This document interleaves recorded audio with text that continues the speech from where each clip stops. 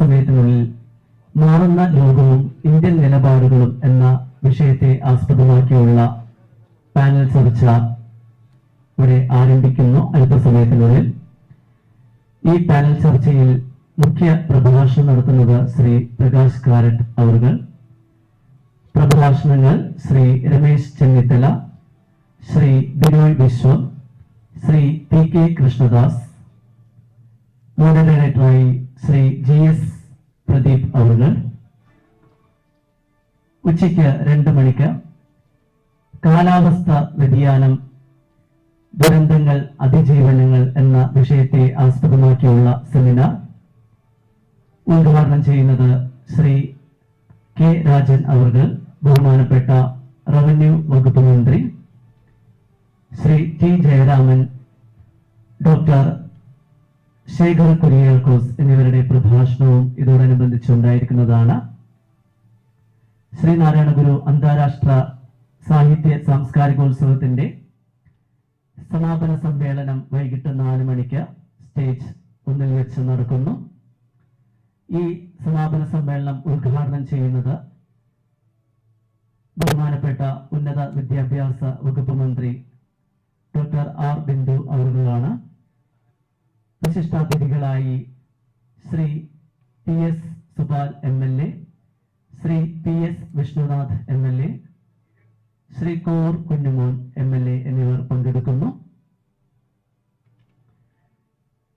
ശ്രീനാരായണ ഗുരു അന്താരാഷ്ട്ര സാഹിത്യ സാംസ്കാരിക ഉത്സവത്തോടനുബന്ധിച്ച് ശ്രീനാരായണ ഗുരു ഓപ്പൺ യൂണിവേഴ്സിറ്റി സംഘടിപ്പിച്ച കേരള വികസനം, സാധ്യതകളും വെല്ലുവിളികളും എന്ന നാഷണൽ സെമിനാറിൽ അവതരിപ്പിച്ച ഏറ്റവും മികച്ച ഗവേഷണ പ്രബന്ധത്തിനുള്ള award national centre for earth science തിരുവനന്തപുരത്തെ ബയോ കെമിസ്ട്രി ഗ്രൂപ്പ് ഗവേഷക MS ആദരിക്ക് ലഭിച്ചിരിക്കുന്നു.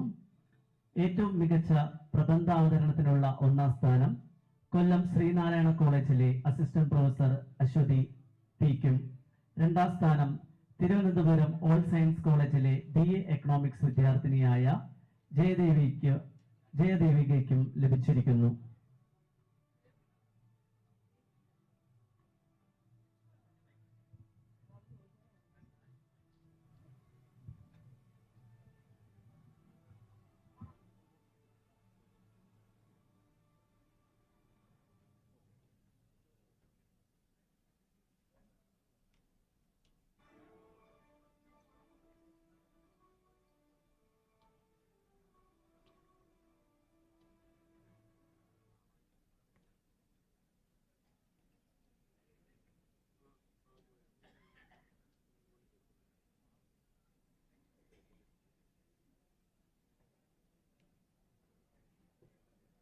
Hello?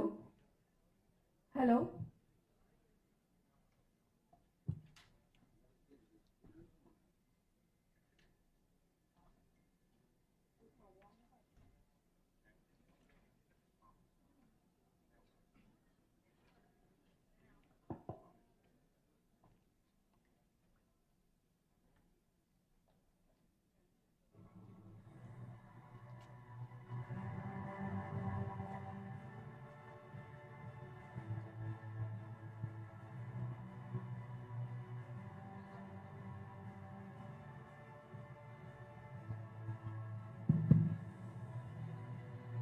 On the 4th day of Sri Narayana Guru International Literary and Cultural Festival, we have on stage 1 a panel discussion on the topic, The Changing World and the Indian Perspectives.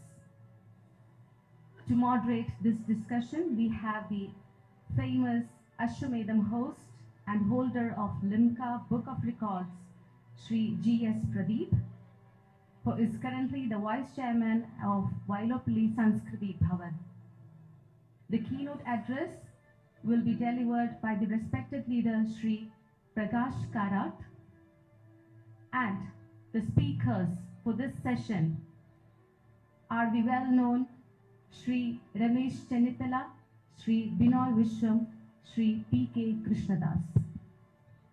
We welcome you all to this panel discussion and thank you for being a part of Sri Narayana Guru International Literary and Cultural Festival.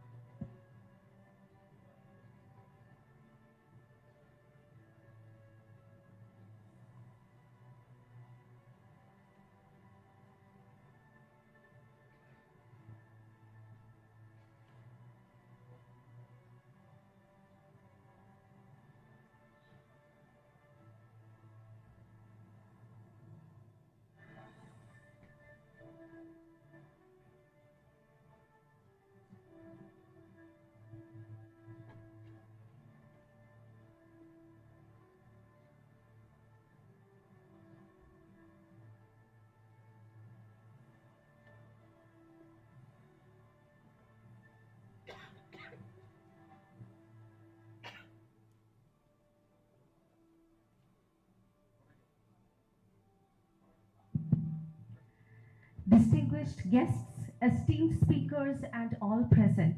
A warm welcome to all of you to the panel discussion titled The Changing World and Indian Perspectives. In this session, we hope to bring insightful perspectives on how global transformations are shaping India's present and future. To begin this event, I invite Sri Ajoy Chandran, our esteemed curator, to deliver the welcome address.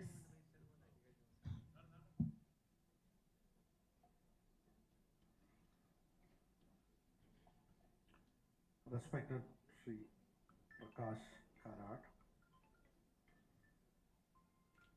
Sri Ramesh Senitala, Sri P.K. Krishnadas, Sri Binoy Vishwam, Sri G.S. Pradeep, who is the moderator of the session, Kumari Anushri, who is going to deliver the vote of thanks, dear delegates of this festival, friends and colleagues. As we are nearing the end of the 4-day-long literary and cultural festival organized by the Sri Narayana Guru Open University in association with the District Library Council, the Cultural and Higher Education Departments. This is a first of its kind event based out of Kollam, a really refreshing experience for the cultural realm of Kollam. To create a cultural colloquium for serious and meaningful dialogue. We could make this possible only with the strong support of the Library Council, who organized a fairly big festival which is celebrating its 25th year of existence. The Kerala State Chalachitra Academy has organized a 2-day literary film festival, as also a topic, a paper presentation on the Kerala development model, in which more than 70 researchers participated, and the outcome has been published and handed over to the respected Planning Board Vice Chairman Sri V.K. Ramachandran. So, as I stated above, this is a coming together of institutions, creating new partnership, and we could succeed in making this event. As curtains come down on this festival today evening, this is the most sought after session we have planned for the festival. The changing world and Indian perspectives. As you are aware, the changing dynamics of the geopolitics has always been a point for researchers and policy makers and general public alike. And this topic, I would welcome first the keynote speaker of this event, none other than Comrade Prakash Karat, who has carefully crafted the agenda of the political discourse of this country for a very long time. And in fact, we have not prepared the schedule till we got the nod of approval of him for attending this conference. I welcome Comrade Prakash Karat to deliver the keynote address of this festival, this discussion forum.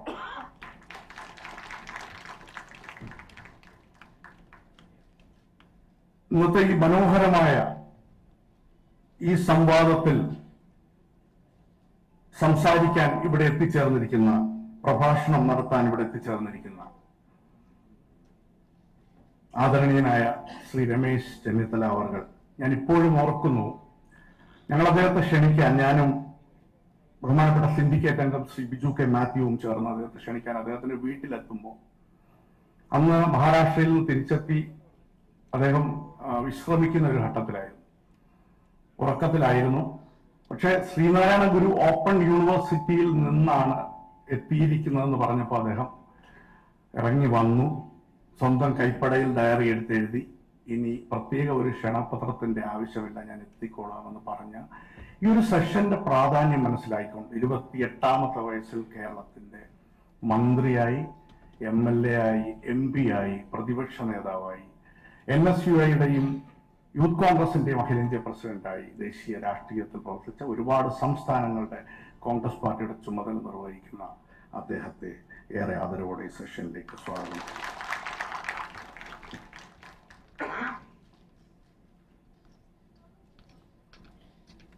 Shri PK Krishnadas, വ്യത്യസ്തമായ ശബ്ദങ്ങളുടെ ഒരിടമാണ് നമ്മുടെ ഈ സംവാദം എന്ന് നാം തിരിച്ചറിയുന്നത്. കേരള രാഷ്ട്രീയത്തിലെ ഏറ്റവും സൗമ്യമായ മുഖങ്ങളിൽ, പരിപക്വമായ നിലപാടുകളിലൂടെ, അഭിപ്രായങ്ങളിലൂടെ കേരള രാഷ്ട്രീയത്തിൽ തന്റേതായ ഇടം നേടിയ BJPയുടെ മുൻ സംസ്ഥാന അധ്യക്ഷൻ, ദേശീയ നിർവാഹക സമിതി അംഗം, അതുപോലെ തന്നെ ഇന്ന് ഇന്ത്യൻ റെയിൽവേയുടെ പാസഞ്ചർ അമ്യൂണിറ്റീസിന്റെ കമ്മിറ്റിയുടെ ഉന്നതമായ ചുമതല നിർവഹിക്കുന്ന ശ്രീ PK കൃഷ്ണദാസ് അവർകളെ ഏറെ സ്നേഹത്തോടെ ആദരവോടെ ചടങ്ങിൽ സ്വാഗതം ചെയ്യുന്നു. ശ്രീ ബിനോയ് വിശ്വം, കമ്മ്യൂണിസ്റ്റ് പാർട്ടിയുടെ കേരളത്തിലെ നായകൻ,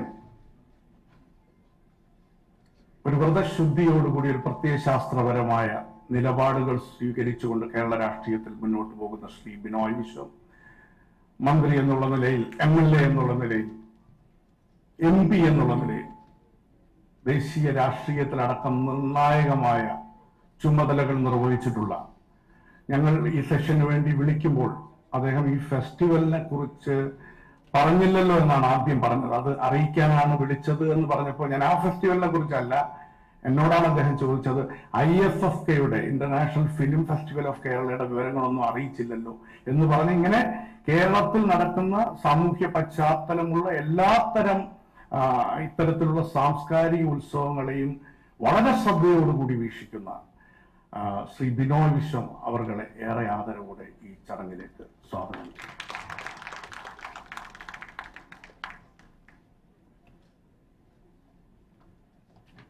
ഈ ഒരു ഡിസ്കഷൻ ഫോറത്തിന്റെ, ഇത്രയേറെ പ്രമുഖർ പങ്കെടുക്കുന്ന ഈ ഒരു ഡിസ്കഷൻ ഫോറത്തിന്റെ ഏറ്റവും ശ്രദ്ധാകേന്ദ്രം ഒരുപക്ഷെ നമ്മൾ അംഗീകരിക്കേണ്ടി വരും.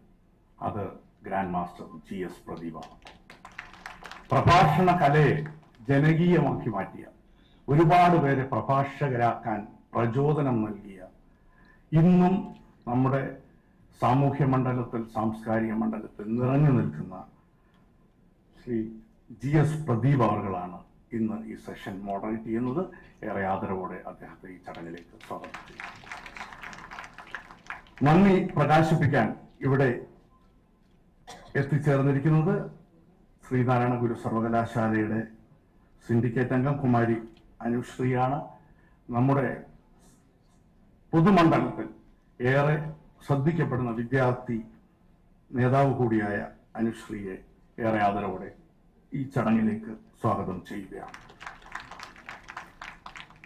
ശ്രീനാരായണ ഗുരു ഓപ്പൺ യൂണിവേഴ്സിറ്റിയുടെ ബഹുമാനപ്പെട്ട vice chancellor doctor Jagathiraj VP, ബഹുമാന്യരായ സിൻഡിക്കേറ്റ് അംഗങ്ങൾ, കൊല്ലം പൗരാവലിയുടെ പരിച്ഛേദമായി ഇവിടെ എത്തിച്ചേർന്നിരിക്കുന്ന ഒരുപാട് മുഖങ്ങളുണ്ട്, പ്രിയപ്പെട്ട മാധ്യമ പ്രവർത്തകർ, എല്ലാവരെയും ഇവിടെ എത്തിച്ചേർത്ത ഈ ശ്രീനാരായണ ഗുരു സർവകലാശാല സംഘടിപ്പിക്കുന്ന ഈ സാഹിത്യ സാംസ്കാരികോത്സവത്തിന്റെ പ്രതിനിധികളായി എത്തിച്ചേർന്നിട്ടുള്ള എല്ലാവരെയും ഒരിക്കൽ കൂടി അഭിവാദ്യം ചെയ്തുകൊണ്ട് എന്റെ വാക്കുകൾ അവസാനിപ്പിക്കുന്നു.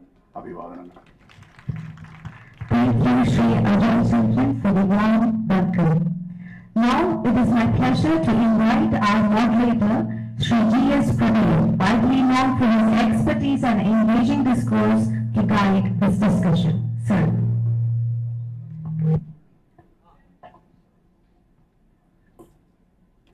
continued to be an ape, and he ceased to be an ape on the day the first book was written on the face of the globe.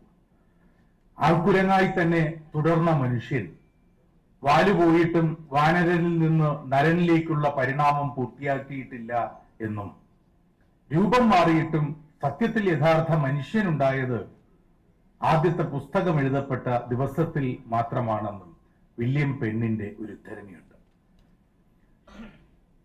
ഈ ഉജ്ജ്വലമായ ആശയ പകലിന്റെ അമരക്കാരനും ഉദ്ഘാടകനും ഒക്കെയായ മുഖ്യപ്രഭാഷകൻ കൂടിയായ ആദരണീയനായ സഖാവ് പ്രകാശ് കാരാട്ട്, കേരള ജനതയ്ക്ക് മുഖവുരയുടെ ആവശ്യമില്ലാത്ത ഏറെ ബഹുമാന്യനായ ശ്രീ രമേശ് ചെന്നിത്തല, CPIയുടെ സാരഥി ശ്രീ ബിനോയ് വിശ്വം, ഭാരതീയ ജനതാ പാർട്ടിയുടെ ദേശീയ ശ്രദ്ധാകേന്ദ്രമായ നേതാവ് ശ്രീ PK കൃഷ്ണദാസ്, ശ്രീ അജോയ് ചന്ദ്രൻ, ദേശിംഗനാട്ടിലെ പ്രിയങ്കരായ പൗരപ്രമുഖരെ, മോഡറേറ്ററിന് പ്രഭാഷണം പാടില്ല, നിഷിദ്ധമാണ് എന്ന് നിങ്ങളെപ്പോലെ എനിക്കും അറിയാം.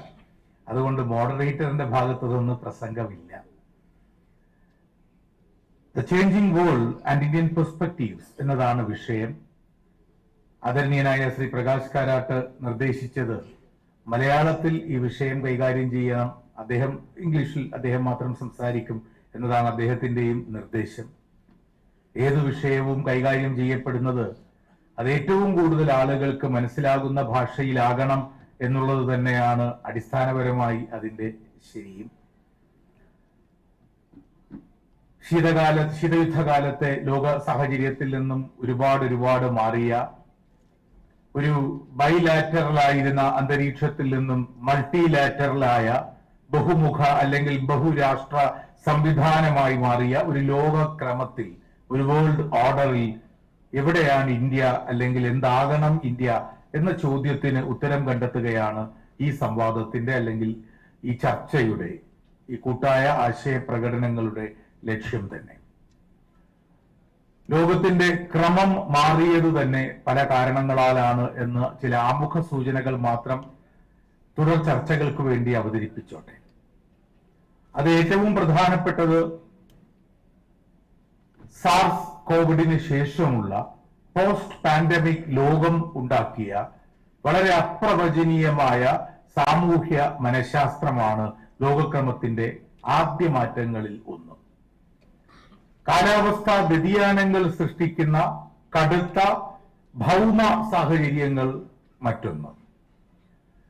ശീത യുദ്ധകാലത്തിൽ നിന്നും വിഭിന്നമായി ഏകരാജ്യങ്ങളുടെ ഡിക്റ്റേറ്റർഷിപ്പിന് പകരം രാജ്യങ്ങൾ അവരുടെ സംഘബലം ഉപയോഗിച്ച് സൃഷ്ടിക്കുന്ന വളരെ നേർത്തതും ദൃഢതയില്ലാത്തതുമായ സ്വാർത്ഥ താല്പര്യങ്ങൾ അടിസ്ഥാനമായ കൂട്ടായ്മകൾ അല്ലെങ്കിൽ ചില സർക്കിളുകൾ ലോകക്രമത്തെ നിർണയിക്കുവാൻ, ഡിക്റ്റേറ്റ് ചെയ്യുവാൻ താല്പര്യപ്പെടുന്നത് മൂന്നാമത്തെ സാഹചര്യം.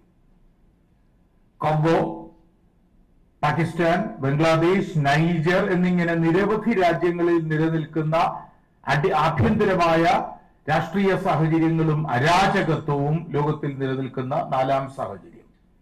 പക്ഷെ ഇത്തരമൊരു പുസ്തകോത്സവം ചർച്ച ചെയ്യുമ്പോൾ, ഇത്തരമൊരു സാംസ്കാരികോത്സവം വേൾഡ് ഓർഡറിനെ കുറിച്ച് ചർച്ച ചെയ്യുമ്പോൾ, വർത്തമാനകാലത്തിൽ നൂതന സാങ്കേതിക വിദ്യയുടെ, ഇൻഫർമേഷൻ ടെക്നോളജിയുടെ കീ ഫ്രണ്ടേജിൽ അല്ലെങ്കിൽ ഏറ്റവും മുൻനിരയിൽ നിൽക്കുവാൻ വേണ്ടി, നായകത്വം വഹിക്കുവാൻ വേണ്ടിയുള്ള രാജ്യങ്ങളുടെ വല്ലാത്ത താല്പര്യം മറ്റൊരു പ്രധാനപ്പെട്ട ലോകക്രമത്തിന്റെ വിഭിന്ന സാഹചര്യമായി നിൽക്കുന്നു.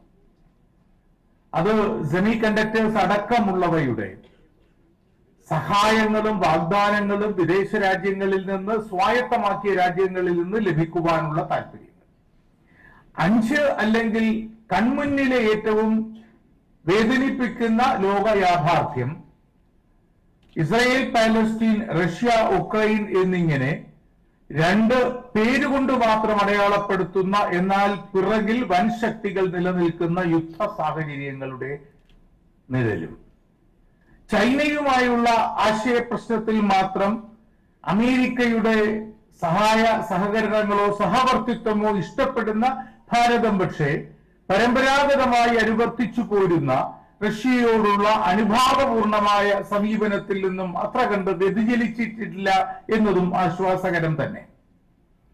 ഈ ദിവസം വേൾഡ് ഓർഡറിന്റെ മാറ്റങ്ങളെക്കുറിച്ച് അല്ലെങ്കിൽ ഇന്ത്യൻ പെർസ്പെക്റ്റീവിനെ കുറിച്ച് സംസാരിച്ചു തുടങ്ങാനായി ബഹുമാന്യനായ ശ്രീ പ്രകാശ് കാരാട്ടിനെ ക്ഷണിക്കുന്നത് കഴിഞ്ഞ ദിവസം വ്ളാഡിമിർ സെലൻസ്കി നിരുപദ്രവകരം അല്ലെങ്കിൽ നിഷ്കളങ്കം എന്ന് കരുതിയേക്കാവുന്ന ഒരു സംജ്ഞയിലൂടെ ഇന്ത്യ അടക്കമുള്ള രാജ്യങ്ങൾക്ക് നേർക്ക് നടത്തിയ അർത്ഥത്തിന്റെ അടിസ്ഥാനത്തിൽ അല്പം നിഷ്കരുണമായ ഒരു പരാമർശത്തെ കൂടി ഓർമ്മിപ്പിച്ചുകൊണ്ടാണ്. സെലൻസ്കി പറഞ്ഞത്, ഈ യുദ്ധത്തിന്റെ പശ്ചാത്തലത്തിൽ പല രാജ്യങ്ങളും നൊബേൽ സമ്മാനത്തിനു വേണ്ടി ശ്രമിക്കുകയും നൊബേൽ സമ്മാനത്തിനു വേണ്ടി അഭിനയിക്കുകയും ചെയ്യുന്നു എന്നുള്ളതാണ്. ലോകം അസ്ഥിരപ്പെടുന്ന സമവാക്യങ്ങൾ ഉണ്ടാവുകയും എന്നാൽ ചില പ്രത്യേക സർക്കിളുകൾ, വൃത്തങ്ങൾക്കകത്ത്, വളയങ്ങൾക്കകത്ത് ഒതുക്കിക്കൂട്ടുവാൻ ചിലർ ശ്രമിക്കുകയും ചെയ്യുന്ന ഈ സാഹചര്യത്തിൽ ക്വാഡ് എന്ന് മാത്രം വിശേഷിപ്പിക്കണം, ക്വാഡ് എന്ന് മാത്രം നിർവചിക്കണം എന്ന് ഷിൻസെ ആബെ ആരംഭകാലത്ത് മൻമോഹൻ സിംഗും ഷിൻസെ ആബെയും ഹൊവാർഡും ഒക്കെ ആഗ്രഹിച്ചിരുന്ന ക്വാഡിനെ മറിച്ച് സെക്യൂരിറ്റി ഡയലോഗ്സ് എന്ന നിർവചനത്തിലേക്ക് പൂർണ്ണമായും ഭേദഗതി ചെയ്യുന്ന അവസ്ഥയിലേക്ക് ഇന്ത്യ, ഓസ്ട്രേലിയ, ജപ്പാൻ, USA എന്ന 4 രാജ്യങ്ങളുടെ സഖ്യം മുന്നോട്ട് പോകുമ്പോൾ association of south east Asian Nations അഥവാ ആസിയാനിലെ ഇടപെടലുകൾ കൃത്യമായ നിർവചനത്തിൽ ഏകപക്ഷീയമായ സ്വരത്തിൽ ഒരു രാജ്യത്തിന്റെ അധിനിവേശ ശ്രമങ്ങളെ ചെറുക്കുവാനുള്ള സുരക്ഷാ പ്രക്രിയ മാത്രമായി നിർവചിക്കപ്പെടുമ്പോൾ മാറുന്ന ലോകക്രമത്തിന്റെ പ്രസക്തി ഭാരതത്തിന്റെ കണ്ണിലും കാഴ്ചപ്പാടിലും എന്താണ്, എന്തായിരുന്നു, എന്താകണം എന്നതിനെ കുറിച്ച് നിങ്ങളോട് ആശയ പ്രകാശനത്തിലൂടെ ഈ സമ്പുഷ്ടമായ പകലിന് ആരംഭം കുറിക്കുവാനായി ബഹുമാന്യനായ പ്രകാശ് കാരാട്ടിനെ ക്ഷണിക്കുന്നു.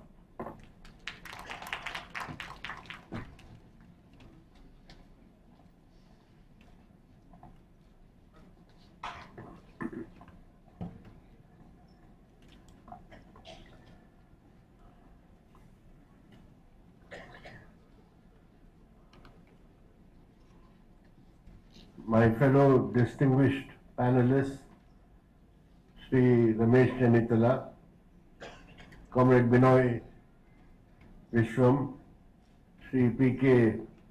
Krishnadas, and the moderator of this discussion, Sri G.S. Pradeep, and friends.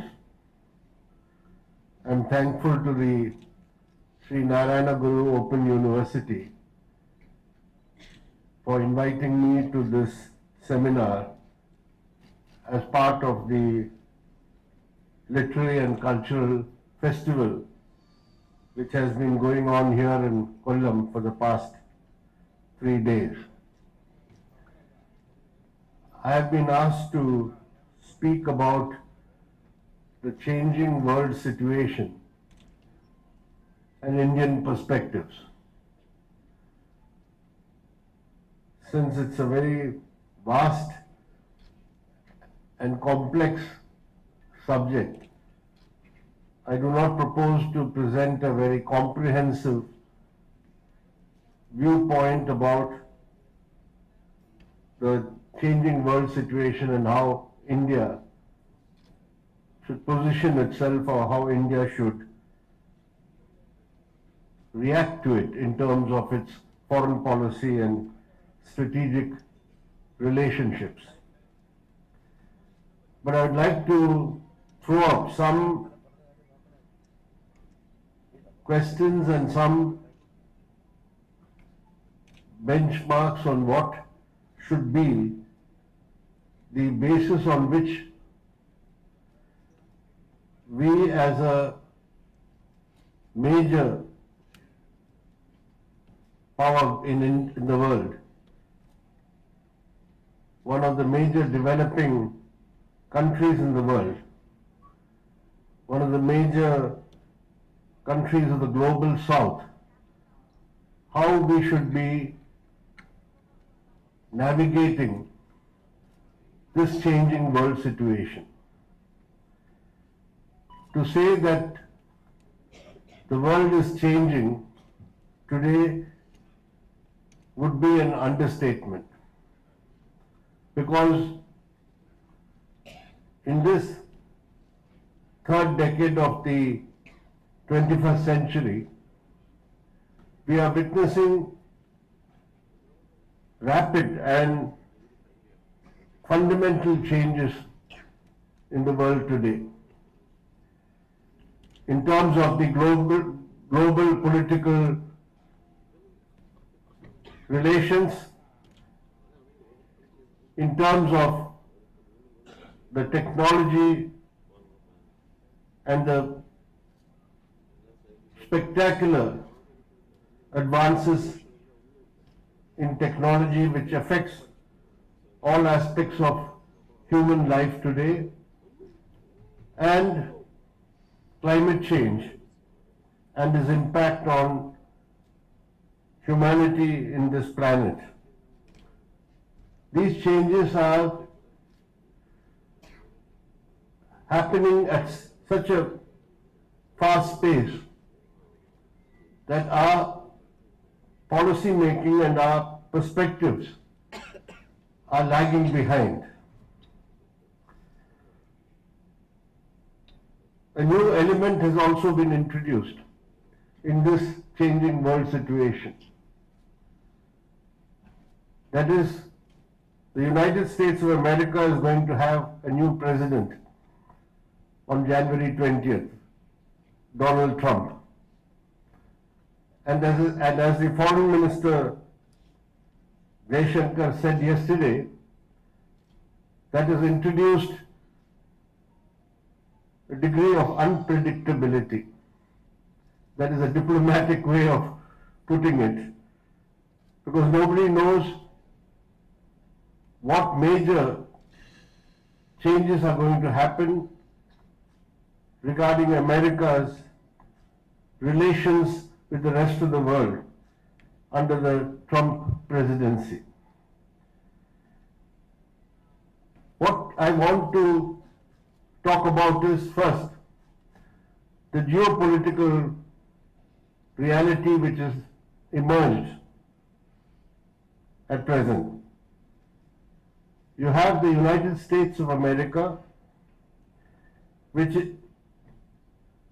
is desperately trying to maintain its global hegemony.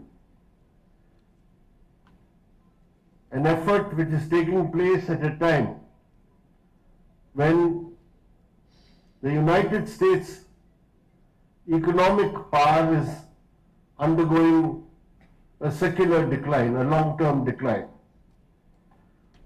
But at the same time, the United States is the most powerful military force in the world today. If you look around the world today, there are two major wars going on. One in Europe, the Russia-Ukraine conflict, and the other in West Asia, with Israel's genocidal war against the Palestinian people. The United States is directly involved in both these wars. In the case of Ukraine, it is backed fully by the United States and the NATO powers. And Ukraine is carried on this war again between Russia and Ukraine for the past more than 2 years because of the full military and financial support of the United States and NATO. And Russia has entered into this war because it felt threatened by the eastward expansion of NATO, and the United States trying to use NATO to try to weaken Russia and isolate Russia on its European borders. But America has used this war to try to re-establish its leadership over the Atlantic Alliance and NATO, and to rally all the Western European powers around it. This is one prong of the effort by the United States to maintain its international dominance. As far as the war in Gaza is concerned, it is the most horrifying spectacle we have seen since the Second World War and the genocide that took place under the Nazis. Here is a tiny strip of land called Gaza within Palestine, which has for now more than a year and 2 months or so faced continuous bombardment, shelling, ground operations by the by the Israeli armed forces, and nearly 45,000 people have died officially by statistics, but thousands more remain buried under the rubble. And the indirect deaths caused, according to Lancet, the British Medical Journal, it runs nearly to 1,85,000 people so far. And the bulk of them are women and children. And the United States is again supplying all the arms and equipment and finances for Israel to conduct this war, because Israel has been traditionally the instrument used by America to exercise its dominance in West Asia over all the Middle Eastern region, which, as you know, is the most oil resources rich region in the world. So on one hand you have this effort of the United States to try to maintain its hegemony, but it is not able to do so. Take the example of Russia. America imposed wide-ranging sanctions against Russia, but these sanctions have failed. We have seen how the sanctions on oil from Russia, gas from Russia, all that has affected Europe, but the Russians have succeeded in circumventing these sanctions. Even the supremacy of the dollar is threatened today, with Russia and many other countries wanting to have the options of trading in their own local currencies to bypass the hegemony of the dollar. That is why President-elect Trump just 2 days ago threatened BRICS, the BRIC countries, that if you try to replace the dollar with any other currency, you will face hell from us. We will do everything to strangle your economies. So you have this situation where the geopolitical status is changing in the world. America is no more going to be able to dominate the world economically, politically, and through military force. And connected to this is the rise of China, its economic and political power. Our moderator talked about the end of the Cold War. But what is looming ahead is another Cold War, where The United States will do everything to try to isolate and contain China. And President Trump's coming will only aggravate this conflict. Trade wars will happen. He has proposed 60% tariffs on all Chinese goods which will enter the United States of America. So, in this churning that is taking place, what we have to look at is, on the one hand, the United States still a powerful force but still declining strategically. A new contradiction and conflict which can lead to another Cold War between the United States and China. And thirdly, we have growing multipolarity.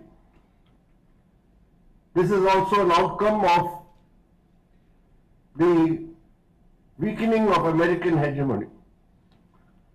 That more and more countries, even those who have strategic ties with the United States, are seeing virtue in having multilateral relations and joining other multilateral institutions and alliances. The most striking example of this multipolarity is the growing relevance of BRICS.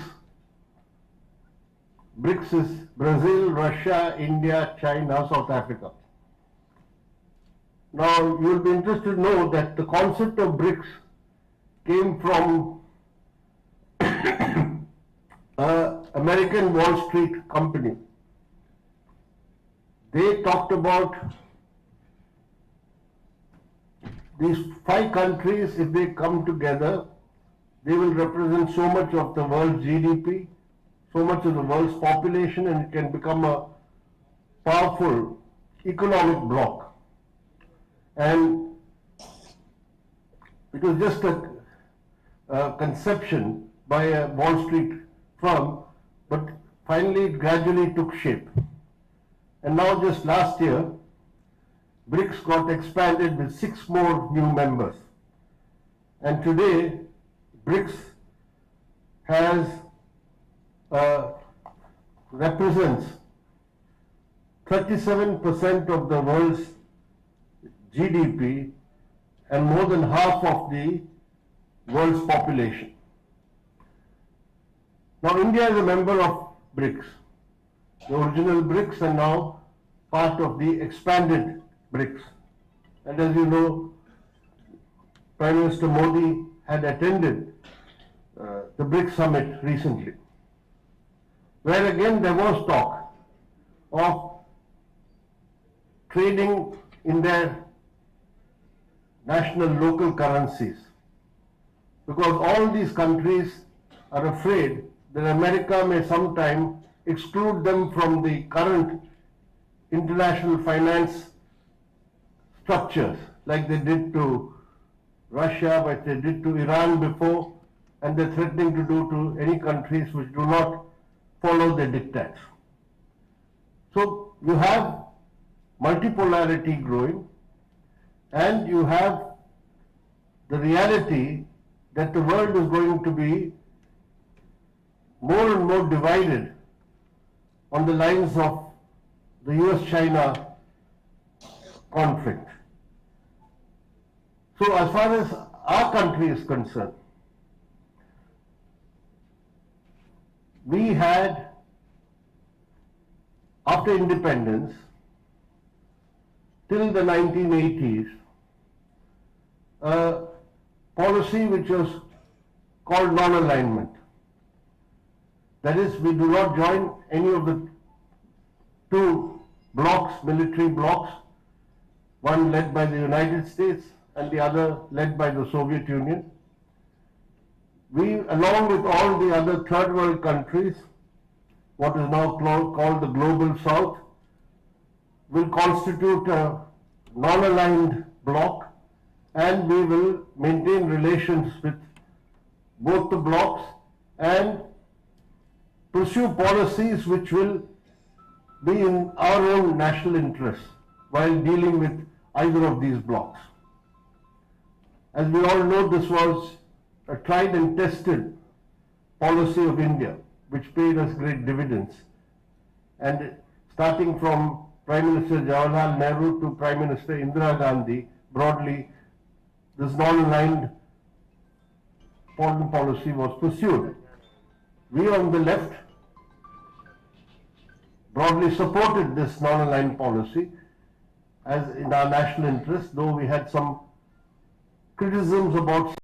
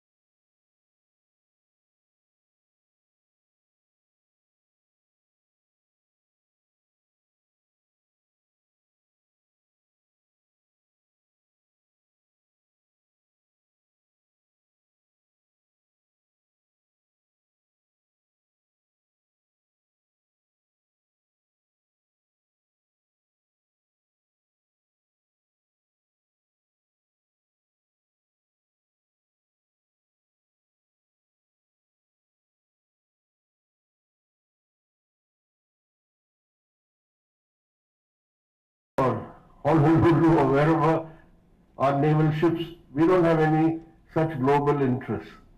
So it's going to be a one-way traffic, that they can come to Cochin, or they can come to Goa, or they can go to Chennai, they can bring their ships here, including the nuclear armed ships. One of them came earlier in Chennai. So this tie-up, this is only one aspect. Communication and various other, we have now posted our military officers in the Indo-Pacific Command and also in the Central Command, liaison officers, they have their liaison officers here. So this strategic tie-up actually restricts our strategic autonomy.